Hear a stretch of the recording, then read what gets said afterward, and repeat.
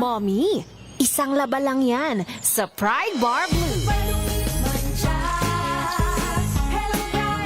May powerful stain-away enzymes na malupit sa dunit mansya. At di masakit sa kamay. Isang laba lang yan. Hello, pahinga! Hello, Pride Bar Blue. ACS.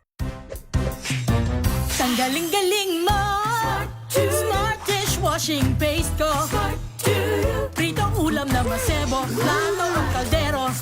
Tanggaling for everyday. Ganyan pag smart ang dishwashing paste. May double tanggaling formula. Tanggal ang sebo, tanggal ang bakterya. Pahit para walang bahid, linis fantastic sa metal at plastic. Number one ko to. Tanggaling-galing mo. Smart dishwashing paste. ACS. May nagbago. May arte. May budget.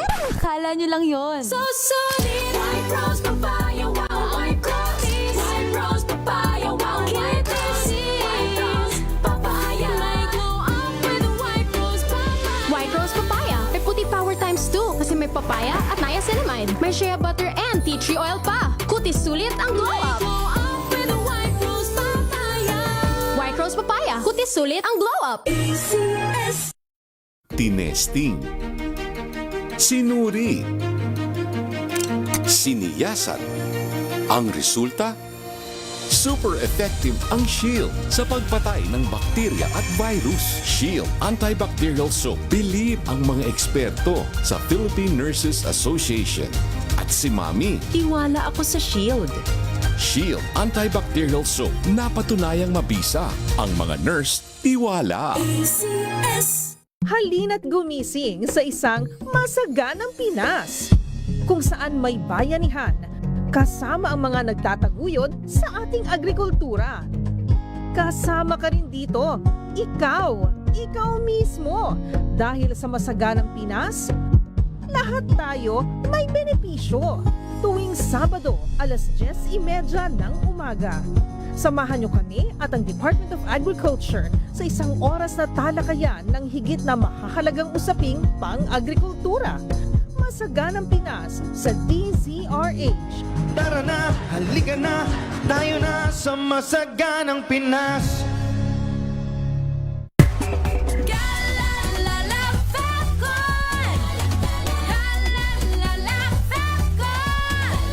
Ang bango ng sampayan. Tara na magsayawan. Calefacton. Amoy nakaka-joyful. Hi, my name is Mayor Francis Israel Macobenta. I'm from San Diego. I'm an advanced clinician in neuro and spine surgery. As an advanced clinician, you have to make sure that you coordinate everything. Our goal is to have an optimal surgery outcome for the patient. Having MX3 in my life, taking it, knowing that this is in my body, it gives me a lot of confidence. MX3, dito ako believe. Mahalagang paalala, ang MX3 capsule ay hindi gamot at hindi dapat gamitin panggamot sa anumang uri ng sakit.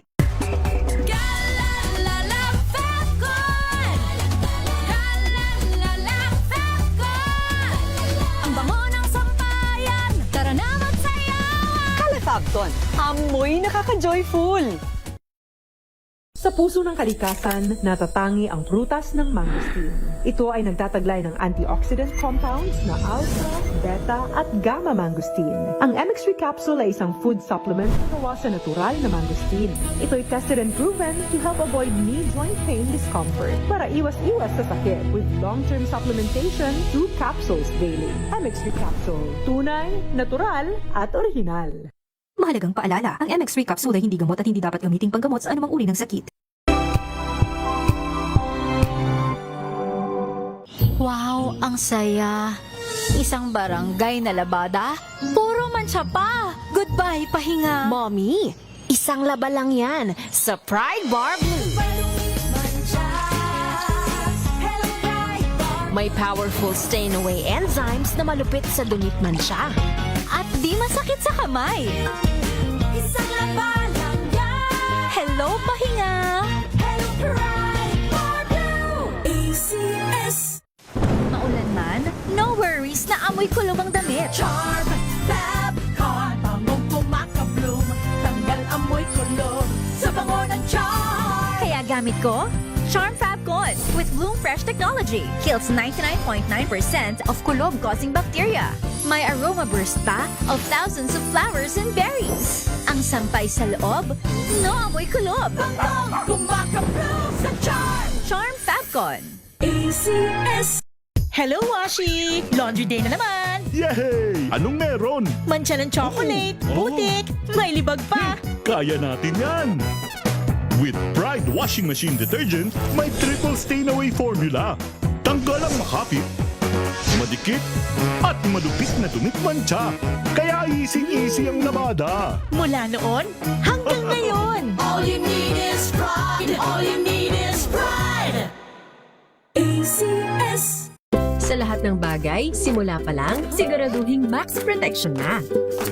Kasi pag kulang ang proteksyon, baka madaling masira. Sa ngipin, dapat may max protection din. Max Alaga ng Unique Toothpaste. With Max Protect Formula, helps stop cavities before they start, while keeping breath fresh. Try Unique Maximum Fluoride Protection. Para Max Alaga, Max Protektado. ACS. Galalala Fabcon! Galalala Fabcon! Ang bango ng sampayan, tara na magsayawan! Kalafabcon, amoy nakaka-joyful. 8 minuto makalipas ang alas 10 ng umaga. Sit back, relax, at makipagkulitan sa inyong favorite besties tuwing Sunday morning. Samot-saring usapan, anything from A to Z. Sagot na yan ng Diyosa ng Bayan. Diyosa Cruzat at ng nag-iisa hiyas ng radyo. Wina Pearl Hesoro sa Huntahan. Huntahan.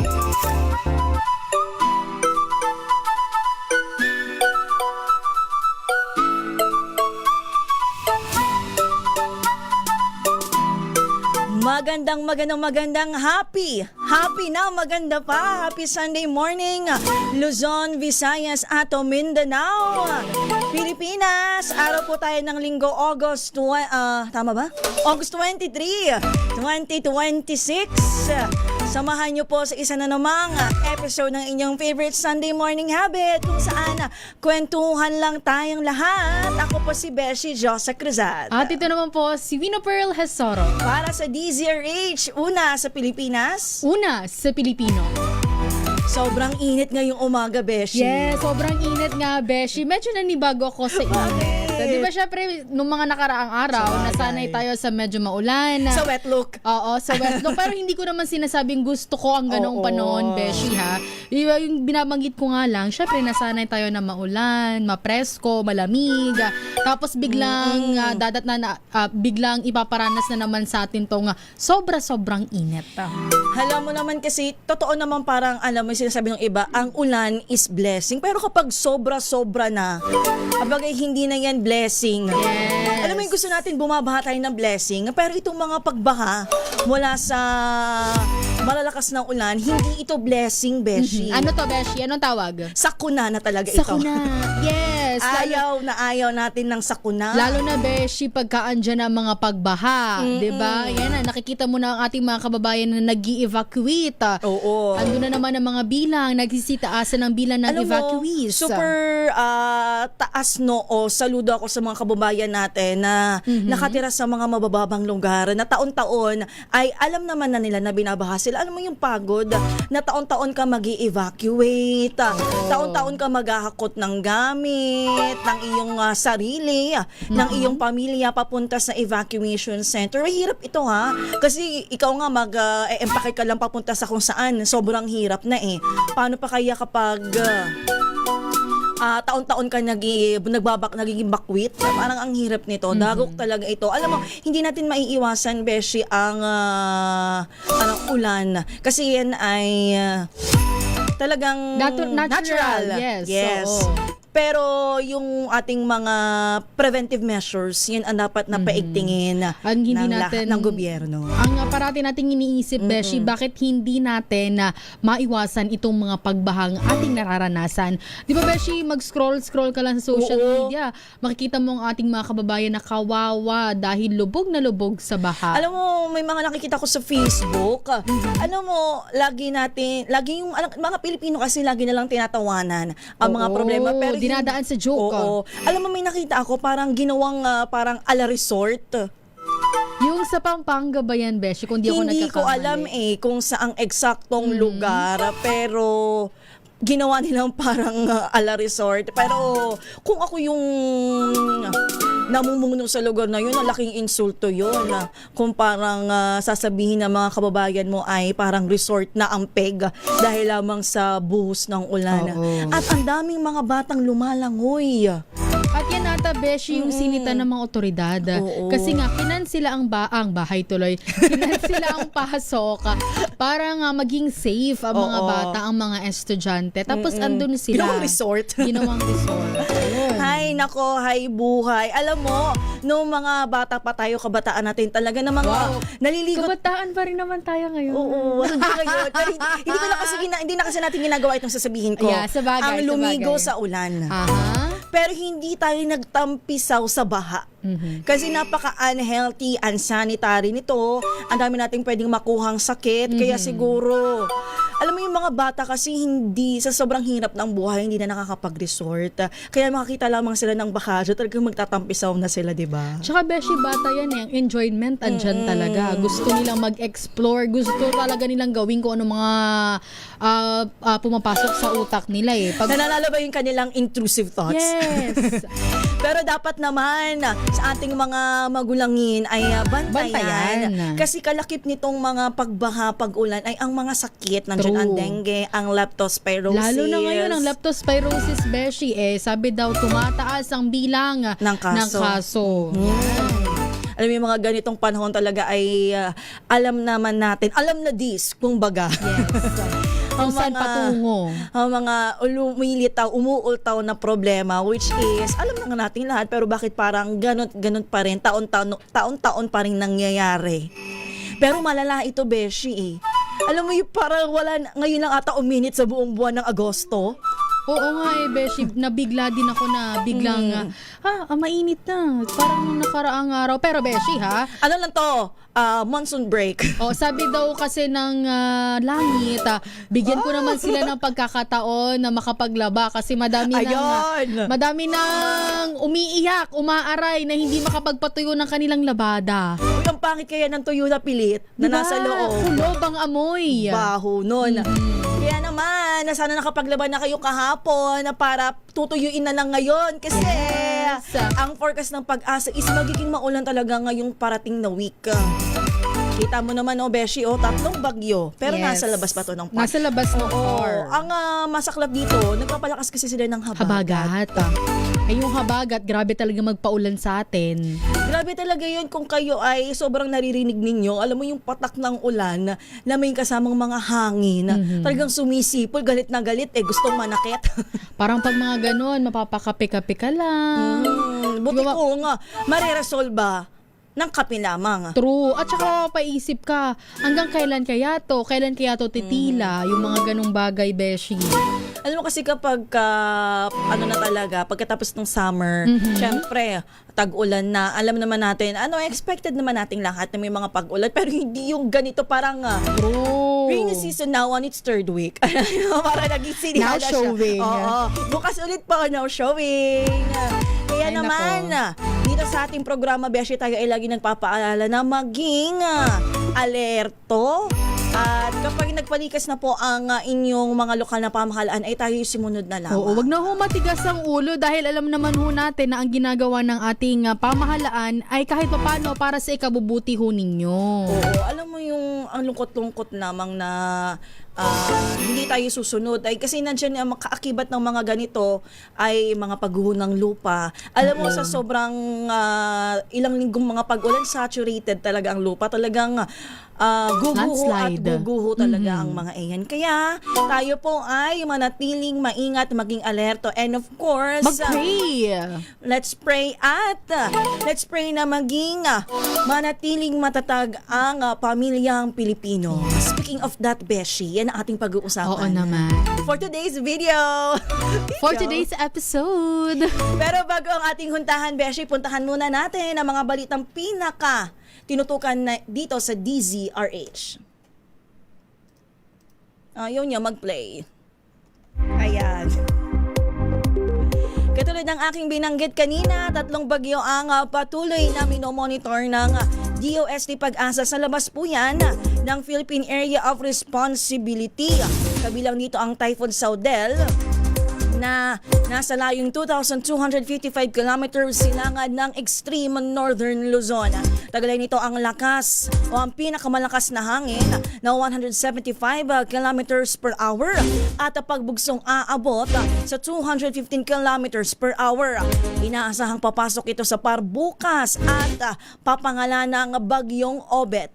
Mababa naman ang posibilidad na mag-landfall nito pero inaasahang palalakasin nito ang habagat na posibleng magdulot ng mas malalakas na pag-ulan sa ilang bahagi ng bansa. Habang nasa 565 kilometers naman ang layo nitong bagyo na nasa hilaga ng Itabayat, Batanes. Ito po ang Tropical Depression Gaynari na dating bagyong Neneng. Taglay nito ang hangin na 55 kilometers per hour at pagbugsong hanggang 70 kilometers per hour.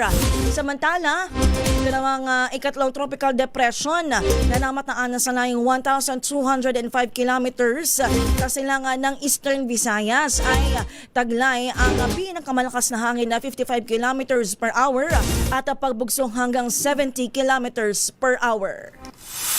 Samantala, umabot na sa 7.4 million katao o 2.1 milyong pamilya ang apektado ng habagat at nagdaang bagyong Luis at Maymaya. Ayon ho yan sa National Disaster Risk Reduction and Management Council o NDRRMC. Batay ho sa pinakabagong datos, 29 na ang bilang ng nasawi, 19 ang sugatan at 3 ang nawawala dahil sa masamang panahon.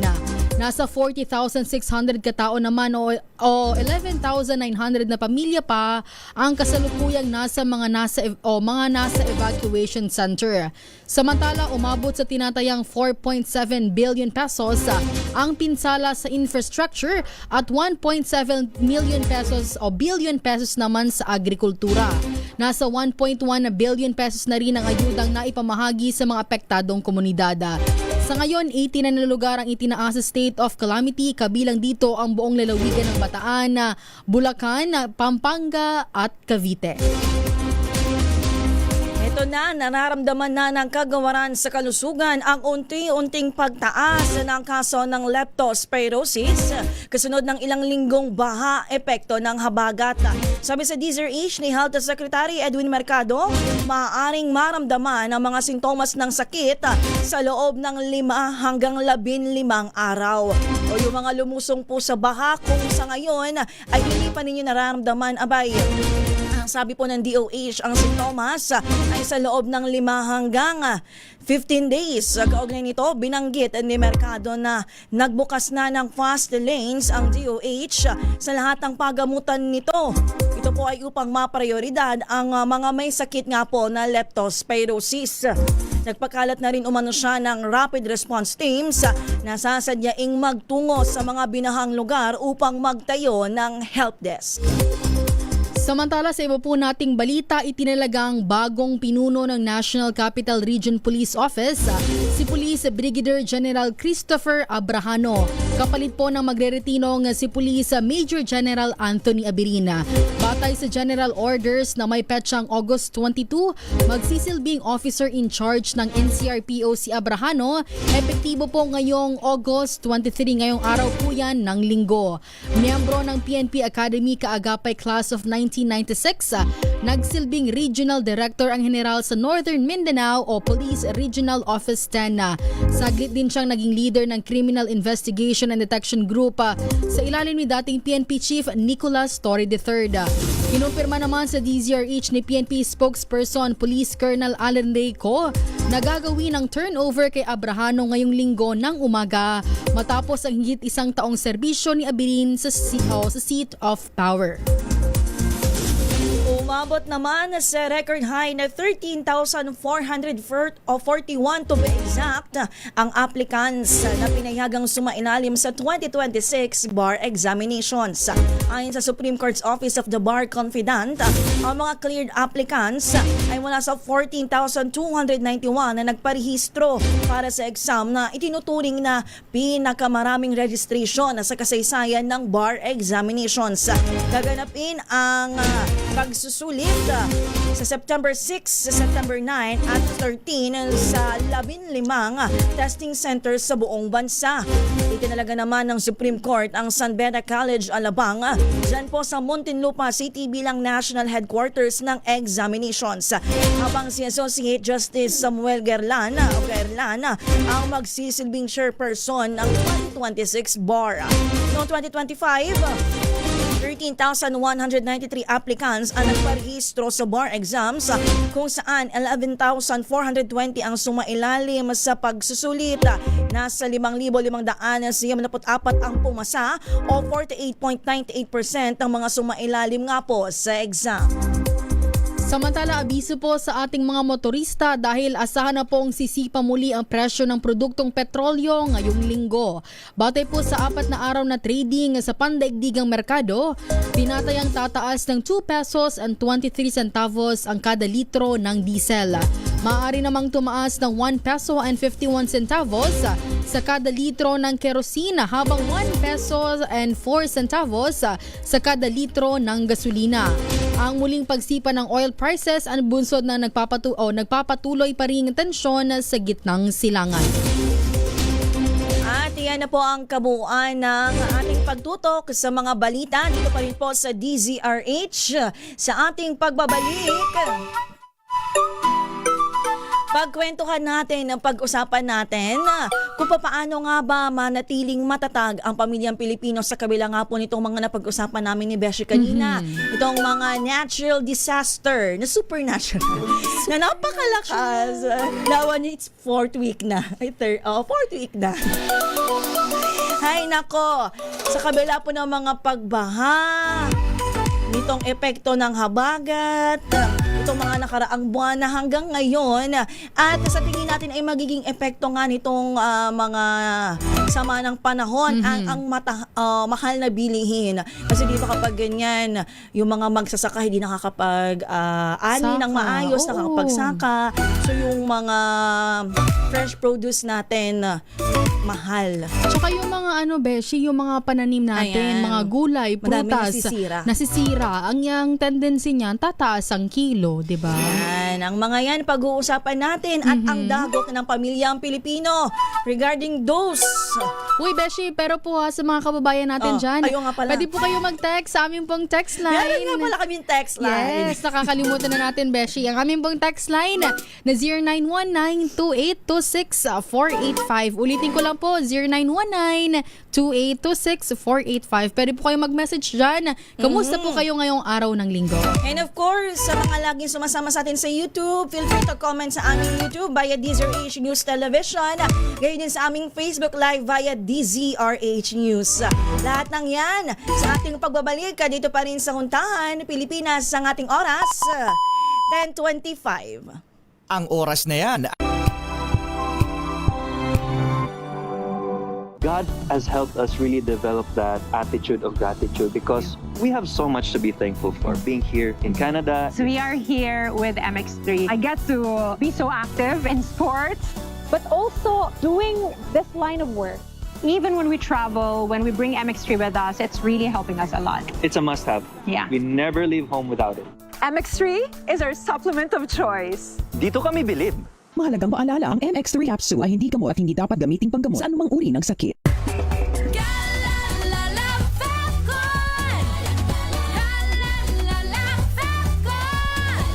Ang bango ng sampayan, tara na magsayawan. Calefabcon, amoy nakaka-joyful.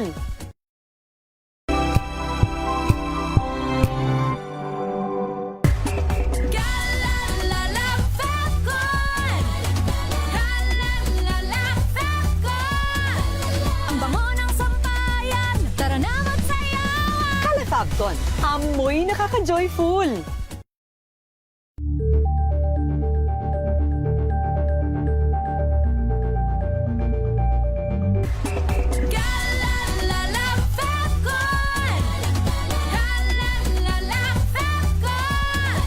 Ang bango ng sampayan, tara na magsayawan. Calefabcon, amoy nakaka-joyful.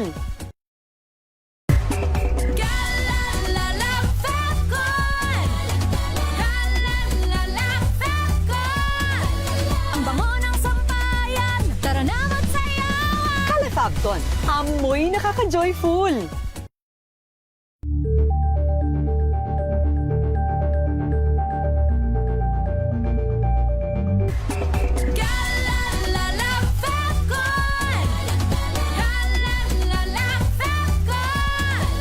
Ang bango ng sampayan, tara na magsayawan. Calefabcon, amoy nakaka-joyful.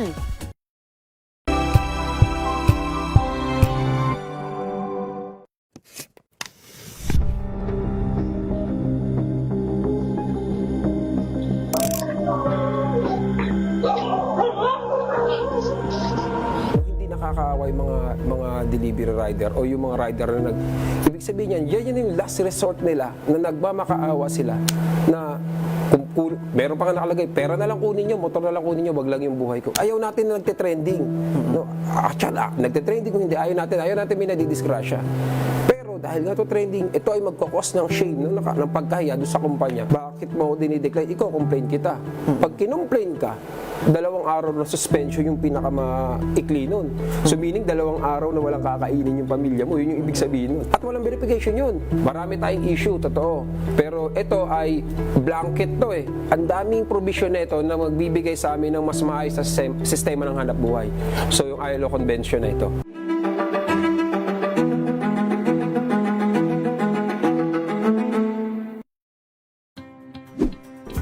Check na araw mga health checkers. Pilipinas, Metro and Mega Manila, it's the midweek Wednesday. Malusog na gabi po, Luzon, Visayas, Mindanao. Magandang evening, Luzon, Visayas at Kayong salamat sa inyong pagpaminaw, pagtanaw sa Maagang balitaan, maagang usapan sa mga issue at balita. Kasama si Kuya Angelo Palmones sa Magandang Umaga Pilipinas. Mula Lunes hanggang Biyernes.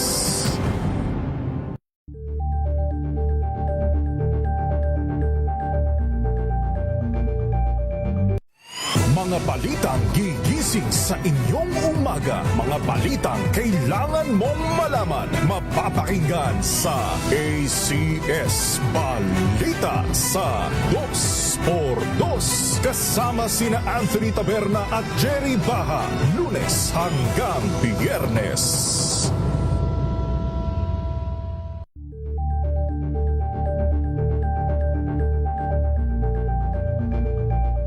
Tambalang Anthony Taberna at Jerry Baha ang gigising sa inyong umaga dahil lalatay ang humahagupit na diskusyon at komentaryo Lunes hanggang Biyernes sa 2x2.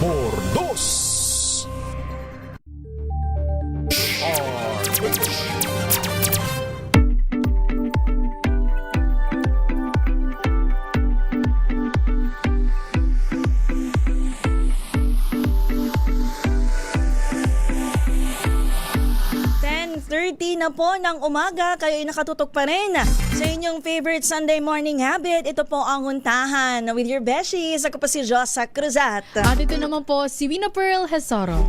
Katulad ng nabanggit ko kanina, Beshi. Ano yun? Tayo ay pag-uusapan. Wow, bakit Pag-uusapan natin ang Allen, Beshi. Ano ba itong kung paano nga ba maging matatag ang pamilyang Pilipino. Yan. Bakit nga ba kailangan ito? Siyempre, nababaliw na. So, kailangan medyo parang hyper tayo para pagdating ng buong week, sa lubong ng week natin ay kahit maulan, ay masaya pa rin. Speaking of maulan, ngayon nga pong panahon ng malalakas na ulan, pagbaha at banta ng bagyo, isa nga po sa pinakamalaking hamon ng mga Pilipino ang syempre manatiling ligtas. Kasi parang sa panahon ngayon, ang hirap na makahanap ng mga lugar kung saan ka pwedeng ligtas. Kahit siguro sa ka magtayo ng bahay mo, babahain, magkakaroon ng landslide. Syempre gayon din, isa din sa mga hamon ay ang pagiging financially stable. Kasi lalo po kapag nagiging mahirap ito dahil nga kasabay ng mga sakuna ay ang patuloy na pagtaas ng gastusin. Nandyan po ang ating basic commodities, kuryente, pamasahe at iba pang pangunahing pangangailangan. Sa dami ng problemang hinaharap ng mga Pilipino ngayon, saan nga ba dapat magsimula ang isang pamilya para manatiling matatag? Merong sagot dyan ng aking inuubong beshi. Eto na nga ang sagot dyan, Beshi. Pasensya na ho sa mga nakatutok ho dyan Akala ko sa sasabihin live. mo, pasensya po sa mga nag-aalmusal o mabulang po ang yours truly. Enough ko naman ang aking mic. Okay na yon. Eto na nga ho, ang sagot ho natin dyan. Dapat ho magsimula tayo sa pag-alam kung saan napupunta ang pera at kung ano ang tunay na pangangailangan ng pamilya. Alam mo, Beshi, isa to sa binanggit ko kanina sa isyong pabayan ni Manang Milky. Yeah, sabi ko kanina, dapat kada pasok ng pera sa atin sa sahod natin, meron tayong parang itinatrack natin kung saan ba napupunta yung sahod. Yung nagtatrack ka. Oo, di ba? Kahit simpleng pagsulat lang sa notebook Which is ginagawa naman natin yan. Yan ho, napaka-importante ho yan para nga hindi tayo nagtatanong, bakit ganito na lang yung pera ko? Napunta saan yung pera ko? Ganon. Mahalaga ang simpleng budgeting.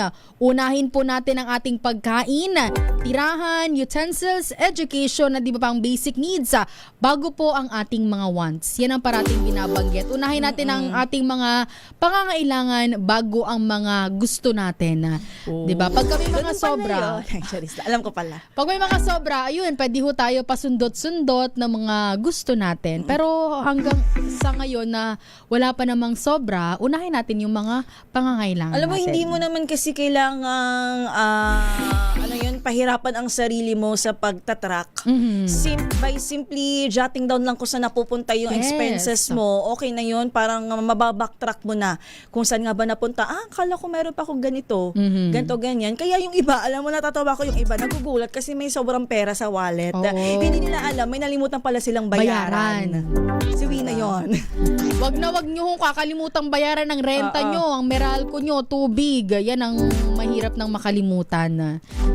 And of course, isa sa posibleng solusyon dito sa hamon ng mga matataas na bilihin sa mga epekto ng mga dumadating na sakuna ay ang magkaroon ng emergency fund. Pero hindi naman kasi kailangang malaki agad. Ito pwede ito paipon-ipon pa unti-unti. Ang mahalaga ay consistent po tayo sa paggagawa nito. Tama ka, Beshi. Sa pag-iipon, kahit maliit na halaga bawat sweldo ay pwedeng magsimula. Halimbawa po, kung hindi kaya ang malaking savings, maaaring magtabi muna ng 50, 100. Base naman kasi yan sa iyong sweldo. Ay para kung ang sinesweldo mo naman ay minimum wage lamang, huwag mong pilitin na ipunta lahat ng iyong nasweldo dun sa savings mo. Paano naman ang pagkain mo? Paano naman ang iyong renta? At kung ano-ano pang basic needs. True. Kapag naging habit ito, unti-unting lalaki ang emergency fund. Tsaka take note po ha, emergency fund ito. Hindi po ito yung bigla ang may travel ay huhugutin mo yan. Emergency ba yun? Emergency yun, di ba? Hindi. Joke lang. Huwag ka maniniwala dito. Hindi Hindi emergency yon. Ang sinasabi natin emergency ay yung biglaang na-ospital. Yan. Ano pa ba? Biglaang may biglang tumaas yung kuryente na dati naman binabudget mo sa ganito. Emergency pa rin yun for me kasi Halimbawa, kumuha ka dun sa fund mo. Yan. Oo. Halimbawa din na anuhan ka, naputulan ka ng kuryente. Ayan. O kaya naman inaubusan ka ng ng gasol. O kaya naman umutang si kumare. Ay, hindi pala yun. Hindi Iba yun. Iba pa yun. Go ahead, Beshi. At ito na, Beshi, ang ating pang-tatlo sa panahon ng bagyo at baha. Ano nga ba ang dapat nating unahin? Ano po ang dapat unahin ng pamilya? Ito po ba'y paghahanda o pag-iipon? Alam mo, meron ako diyang ang tanong kasi natin sa panahon ng kalamidad, syempre dapat before that nakapaghanda ka na, nakapag-ipon ka na. Pero what if nandun ka sa mismong sitwasyon na iyon na hindi mo nagawang maghanda? Ano gagawin natin, Beshi? Ito na nga, Beshi, ang sagot natin. Dapat pareho tayong handa dyan. Ay, ganun ba? Yan. Okay. Hindi dapat pag-awayin ang dalawang ito, Beshi. Mahalagang financial preparedness, financially prepared tayo. Pero mahalaga rin ang physical preparedness. Dapat may basic emergency supplies tulad ho yan ng pagkain, tubig, flashlight, power bank, first aid kit at mahalagang dokumento. Parang ano to, Beshi? Go bag. Yan, ang parati nating binabanggit. Dapat bago pa magkaroon ng sakuna, di ba ang sinasabi natin, dapat nag-iipon ka ng emergency fund. Pero itong binabanggit natin na dapat physically prepared ka, ito naman ay yung panahon na nung parang, kung halimbawa, nagkaroon ng lindol. Kasi pag nagkaroon po ng lindol and kung ano mang madagok na sakuna, mabigat na sakuna, hindi ka naman makakapag-withdraw eh. Hindi mo naman maaano yun. Iba po ang paggagamitan natin ng emergency fund dito sa pagiging physically prepared natin. Ito po yung mismong nandun ka sa sakunan. Yes. Ang namang nagkalindol na. May mga instances kasi, and I'm sure mangyayari ito, na hindi available ang mga bangko, ang ATM. Hindi mo magagamit muna yung naipon mo yan. Siguro gagamitin mo yan sa, tawag dito, yung babalik ka na. Ano yung tawag doon? Alin? Yung from recovery na. Yan. Recovery stage. Yan, recovery stage. Siguro doon mo magagamit yung emergency fund mo. Pero ito binabanggit ni Beshi na physically prepared ka. Ito yung sa mismong sakunana. Kasi hindi ka makakapag-withdraw dyan. So, wala akong power bank, makapag-withdraw nga. Tsaka beforehand, yun nga binabanggit natin, Beshi, beforehand, pwede natin itong i-prepare itong mga supplies ng pagkain, tubig, diba? Pwede natin yung paghandaan, yung tinatawag nga nating go bag. Ayan. Kapag may bagyo at nawala ng kita ang isang pamilya, ano ang dapat unahing bayaran? Ano nga ba talaga, Beshi? Alam mo, itong tanong na to hindi lang kapag may bagyo. Siguro naranasan ng mga kababayan natin to nung pandemic. Alam mo, napakalaking dagok nung pandemic. Ang daming nawala ng trabaho. Mahirap mag-budget kung wala kang pera, ha? Paano ko makakapag-budget kung wala kang pera? Tsaka sobrang hirap din mag-budget, Beshi, lalo na kung kulang ang kita. Pero syempre, gamitin natin sa tama ang ating hawak na pera. Unahin ang basic needs at mga gastusing may direct effect sa kaligtasan at yung pang-araw-araw na pamumuhay natin. Ano ba yung ibig sabihin natin dyan? Andyan ang pagkain, tubig, gamot, kuryente, tirahan at of course transportation kapag kinakailangan. Kung hindi kayang bayaran lahat, kailangan tingnan kung alin ang maaring ipagpaliban at alin ang may malaking penalty o consequence kapag hindi na bayaran. Of course, pinaka-importante dito pagkain and tubig. Yes. Kasi alam mo, kahit wala Basic kang kuryente, basta may tubig ka, mabubuhay ka. Pero naiintindihan naman natin na yung ibang mga pangailangan natin kailangan ng kuryente. Pero noon kasi alam mo yung mga kwento ng mga magulang natin, kami noon. Wala naman kaming kuryente, ganito lang. Ibang-iba talaga noon kaysa ngayon. Mga ganyan. Siguro yung mga ganyang throwback, tumatagal na mga 2 oras na kwentuhan. Hindi 2 oras, Beshi. Feeling ko yan isang hapon yan. Tapos alam mo, yung ikikwento yan na magulang mo sa'yo kapag brown out. O kaya umuulan-ulan. Ayun, tapos nakapaikot kayo kasi pinagsasaluhan ninyo yung inyong noodles na niluto. Tapos may kandila. Paano niluto kung kakandila lang? Hay naka. Sa uling kasi. Eto na, Beshi, ang susunod nating tanong. Paano ho ba tayo makakatipid sa pagkain kung patuloy ang pagtaas ng presyo? Paano nga ba? isa na ho dyan ang pwede natin gawin. Ito pong meal plan na atin pong tinatawag. At lalong-lalo na para sa mga mahilig mag-grocery, dapat meron tayong grocery list bago tayo mamili. Kasi ngayon, di ba Beshi, may mga kababayan tayo or kahit ako, feeling ko guilty ako dito Ako hindi. Hindi ka guilty. Hindi ako nagpupunta ng grocery nang wala akong listahan. Feeling ko naman, Beshi, meron akong listahan sa utak ko lang. Hindi yung listahan. Memorize ko lang. Parang may mga time kasi na makikita mo yung isang bagay, para kang minamagnet, Beshi. Kunin mo ko, bilhin mo ko. Ipangtapal mo dyan sa magnet na yung listahan mo. Kaya kailangan may listahan ka talaga. Dapat stick tayo sa plan na kung ano lang ba talaga ang bibilhin natin. Iwasan ho natin ang pagbili ng mga bagay na hindi naman nating kailangan. Ayan. Maaari rin pong ikumpara ang presyo sa iba't ibang tindahan at piliin ang mas sulit na produkto. Alam mo, ginagawa ko to, Beshi.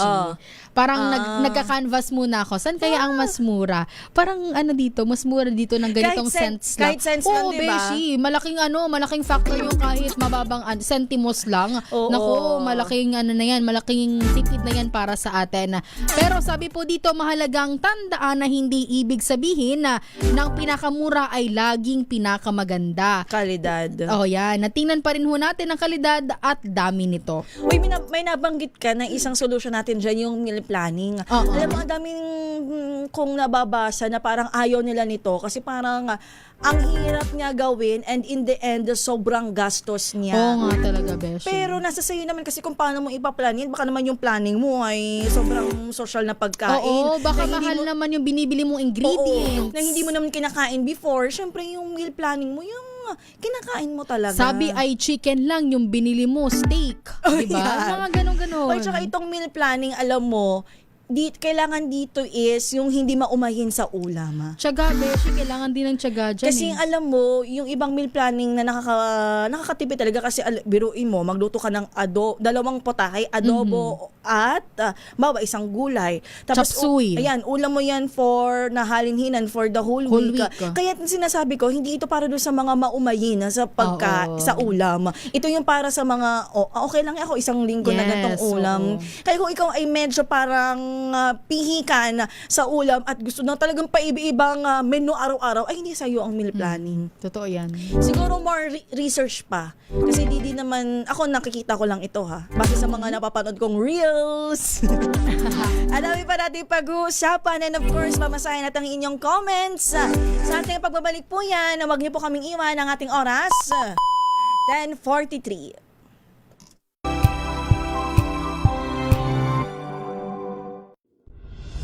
Tuloy-tuloy ang pagtulong, tuloy-tuloy ang pagseserbisyo, at tuloy-tuloy ang balitaan kasama si May Binauhan sa Operation Tulong mula Lunes hanggang Biyernes.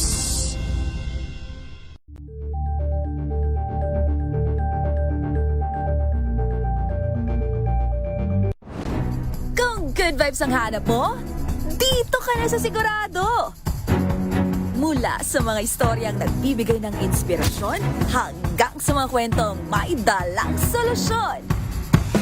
Mga balitang pampagaan ng pakiramdam at pampaganda ng araw. Hindi lang basta good news, kundi the better news. Mula Lunes hanggang Biyernes, 1:00 ng tanghali sa DZRH TV. Luzon, Visayas at Mindanao. Ating isang oras na balita at talakayan ngayong araw ng At ito linggo. ang programang Maynila, ito ang Pilipinas. Samahan po niyo hanggang alas 9 ng umaga sa Isyong Pambayan. Giselle Rico po. Ako naman si Edniel Parroso. Maraming salamat and of course sa mga sumama sa atin. Luzon, Visayas at Mindanao, programang Ang Galing Mo Daw. Isang kwento, iba't ibang anggulo. Muli ako po, si Arnie. Ito ay bunsod ng naitalang 17 individual na ang kanilang naaresto. Ang Metro Manila Development Authority o MMDA ang No Contact Apprehension Policy o NCAP sa Metro Manila. Sa ang ilang mga dokumento ay peke. Hindi rin legal ang employment na ipinangako sa kanila.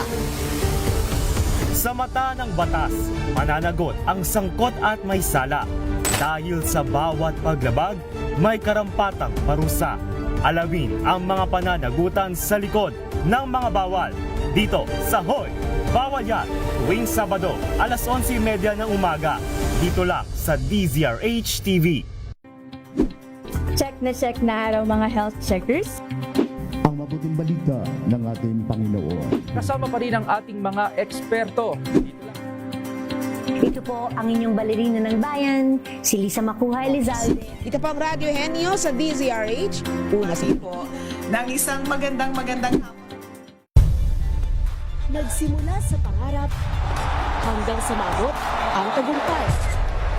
Iba't ibang kwento, iba't ibang mukha ng atletang Pilipino. Mas pinatindi, mas pinalakas, at mas pinaaksyon sa Match Point tuwing Sabado, 12:30 ng tanghali sa DZRH TV. Check na araw mga health checkers. Pilipinas, Metro and Mega Manila, it's a midweek Wednesday. Malusog na gabi po, Luzon, Visayas, Mindanao.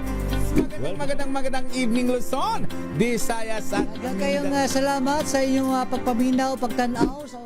We've got you covered. From the hottest hits, exclusive interviews, kilig to the bones fan meet experience, and hataw performances of your favorite stars. Saturdays, 12 noon, dito lang sa DZRH TV.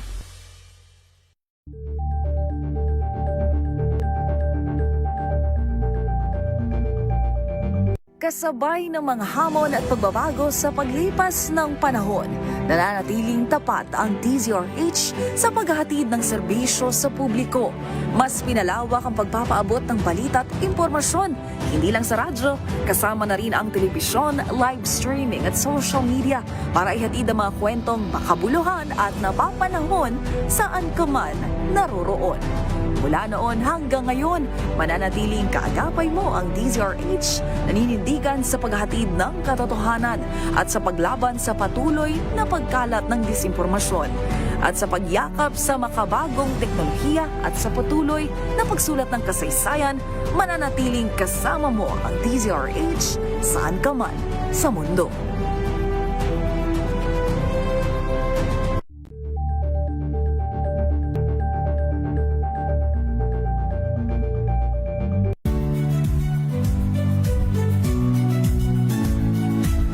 Magandang araw mga kaibigan. Ito po ang inyong balerina ng bayan, si Lisa Makuha Elizalde, na nag-aanyaya sa inyong samahan kami at ang aming mga espesyal na panauhin para sa kalahating oras ng masayang kwentuhan sa aming programang Art to Art, kung saan ang usapang sining at kultura ay para sa lahat. Huwag kaliligtaan, tuwing linggo, alas 3:30 ng hapon, dito lamang sa DZRH Radio, DZRH TV, at via online streaming. RH.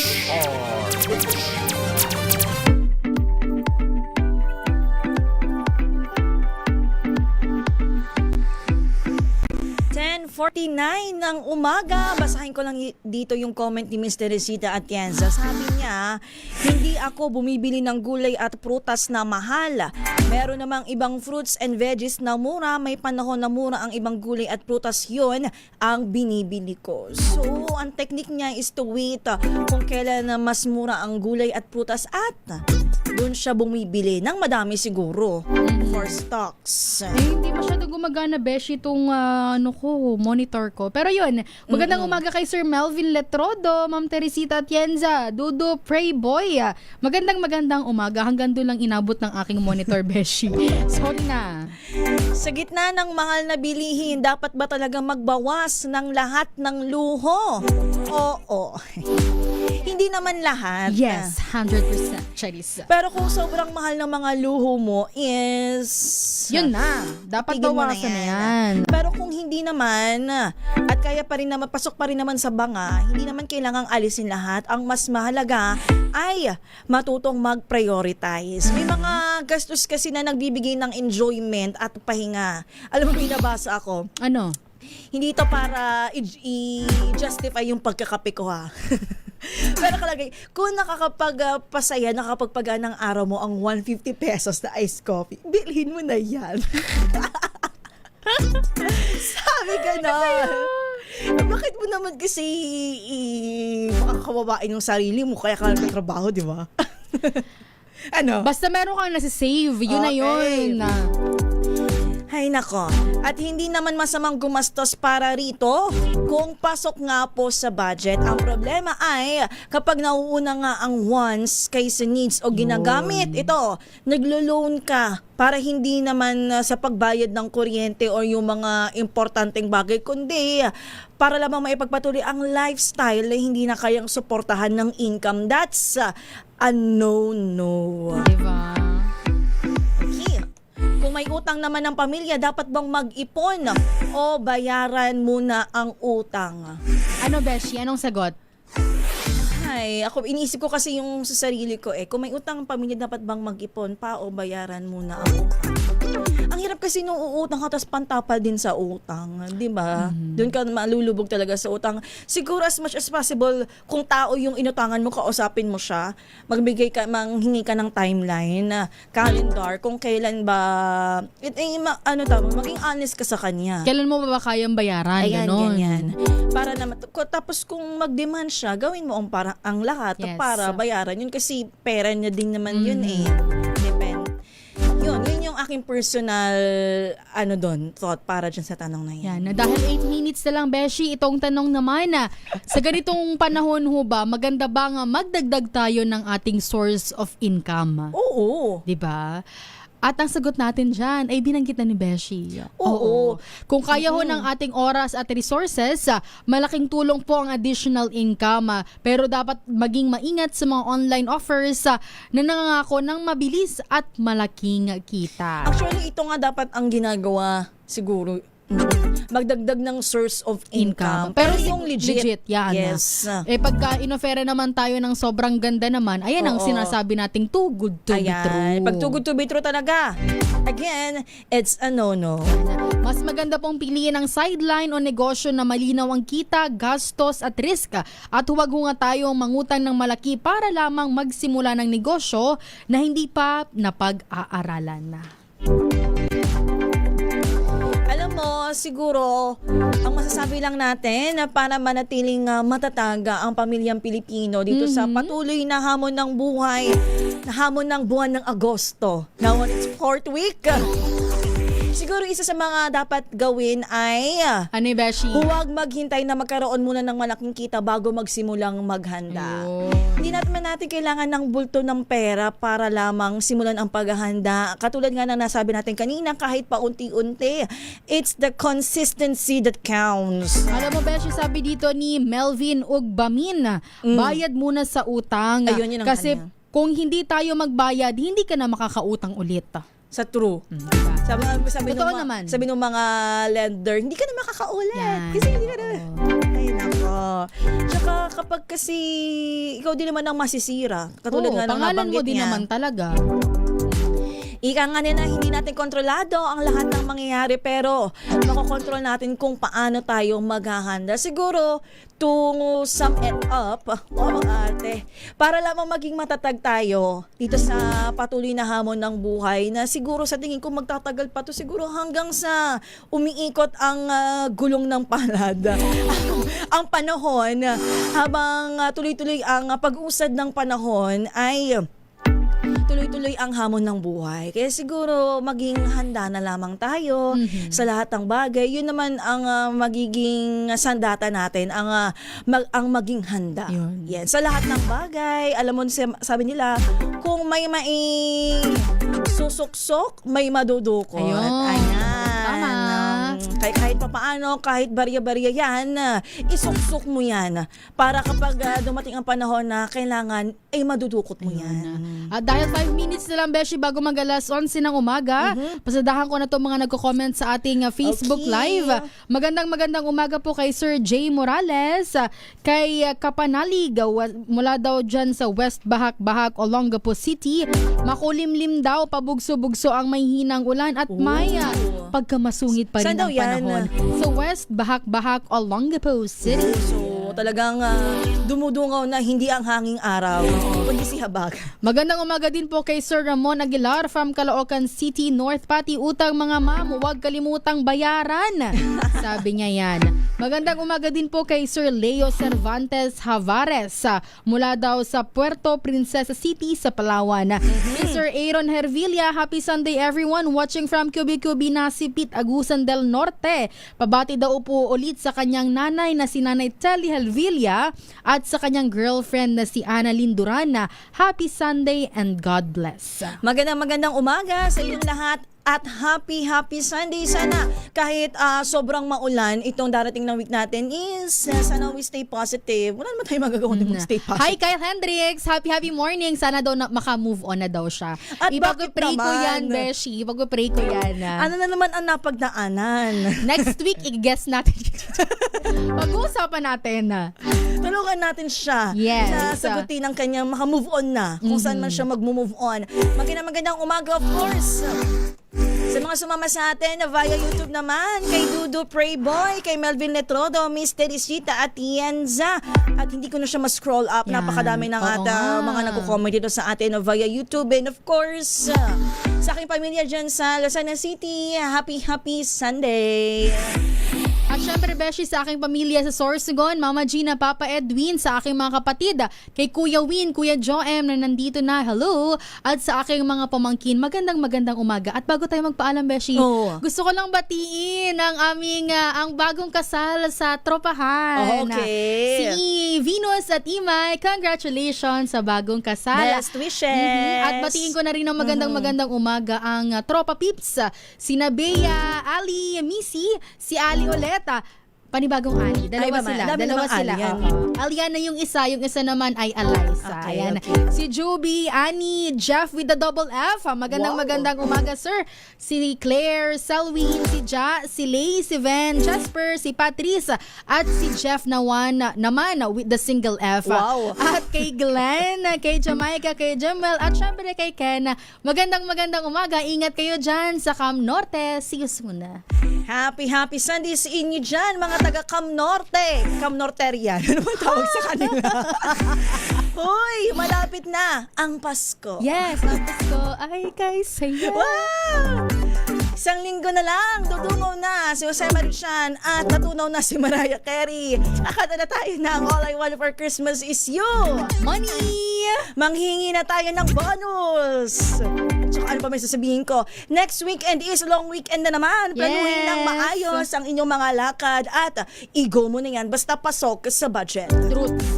Inyong nakasama sa inyong favorite Sunday morning habit. Ito po ang Huntahan with your Beshi. Ako po si Beshi Josa. At dito naman po si Beshi Wina Pearl. Susunod na po ang Galing Mo Doc. Pilipinas ng ating oras. 2 minuto bago mag-alas 11 ng umaga. Ingat po! Ang DZRH.